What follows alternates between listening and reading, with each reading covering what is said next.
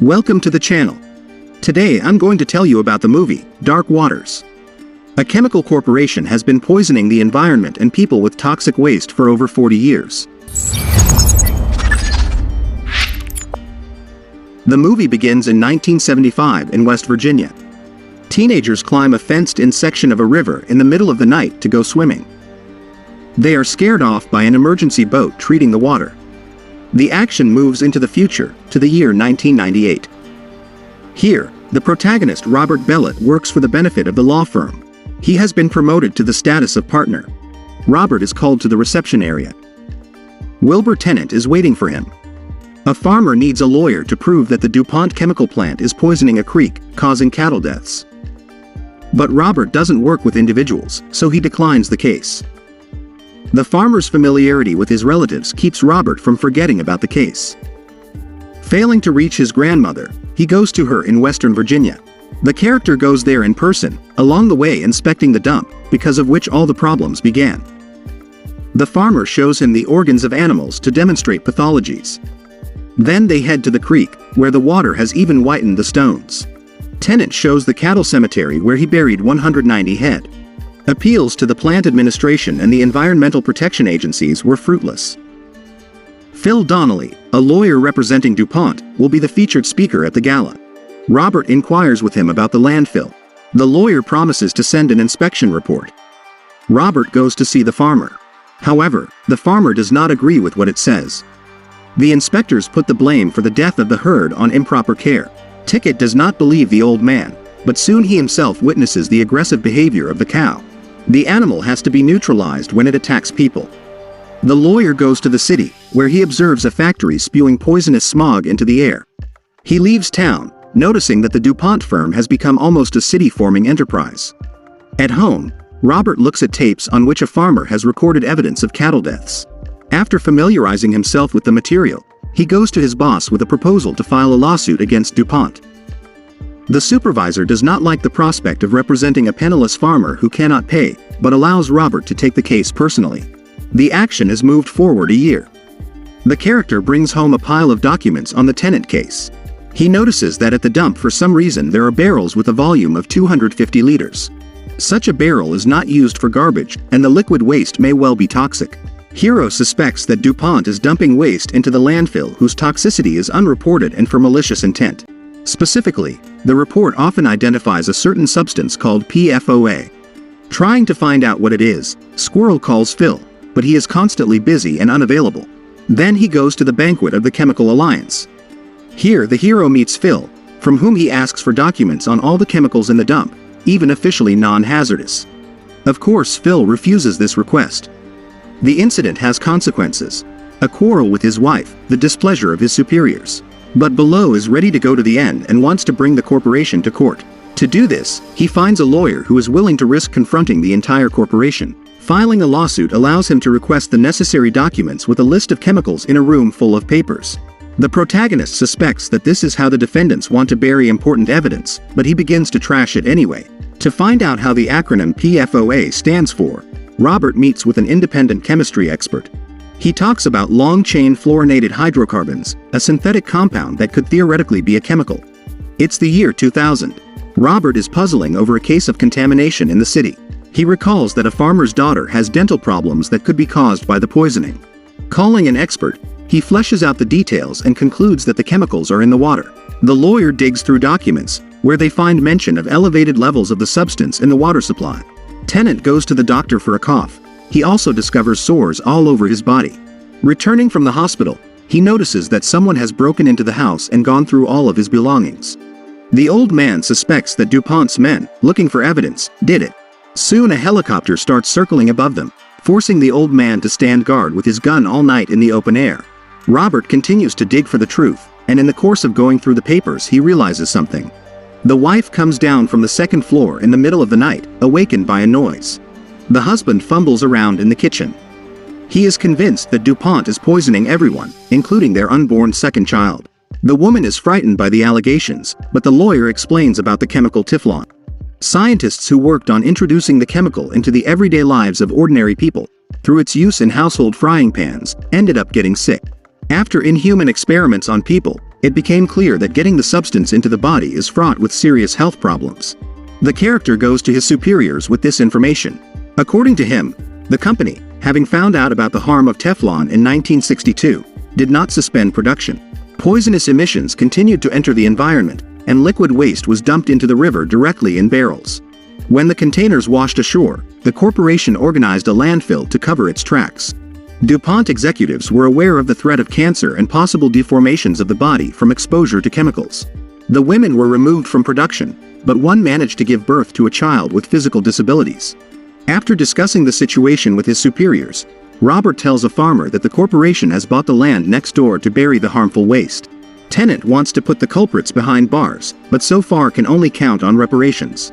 Any savvy scientist who can prove DuPont's guilt is a longtime employee of the corporation. The lawyer recommends moving, but the farmer admits he won't have time. He and his wife have been diagnosed with cancer. Returning, Robert drives through town, where he sees people whose lives are threatened by the chemical plant. He goes to bed with heavy thoughts and cannot sleep. Then he writes a letter about the threat to the population and sends it to all sorts of authorities.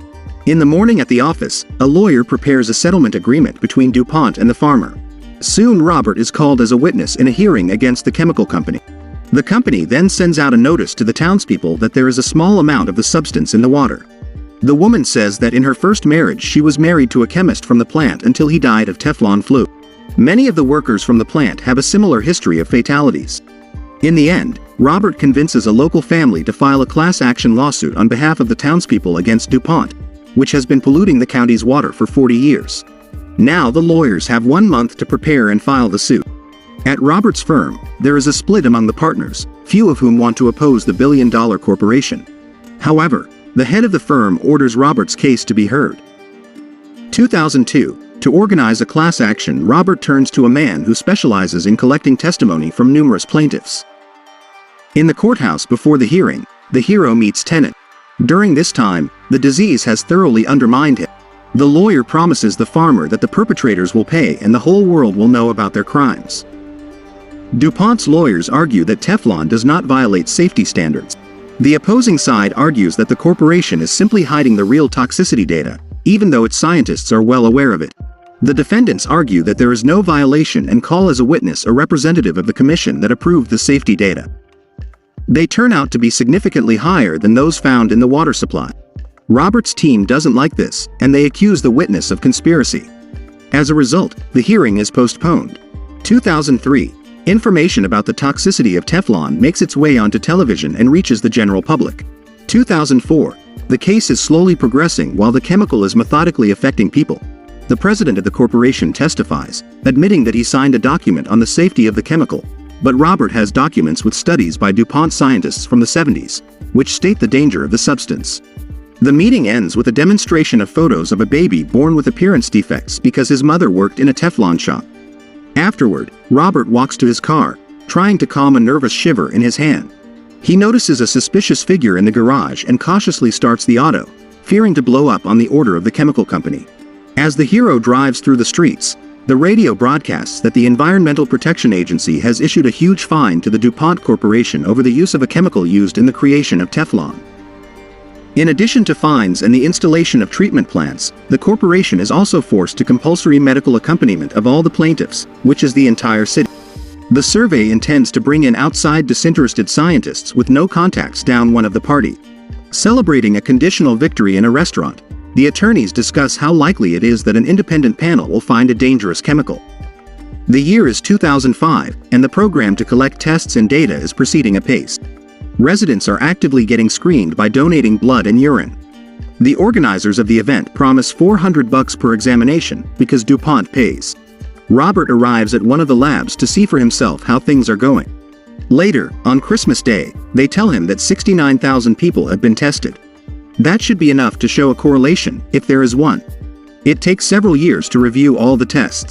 In 2009, 11 years after the start of Tennant's case, the farmer passes away.